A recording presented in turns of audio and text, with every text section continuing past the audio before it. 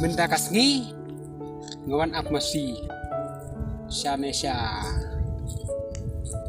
warilang hang ne sat hanila betul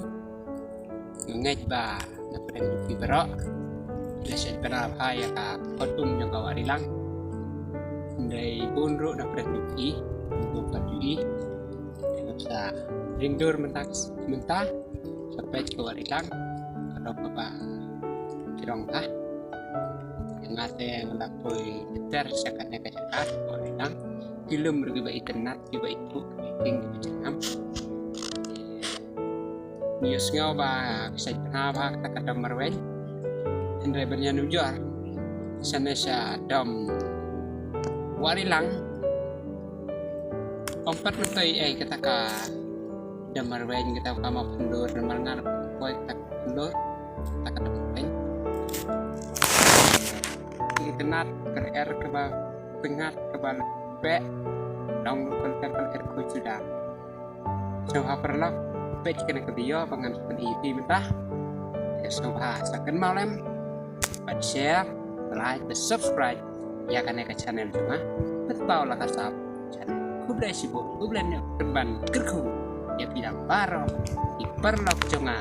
betinong tersam ya kan ke channel cuma kublai sibuk.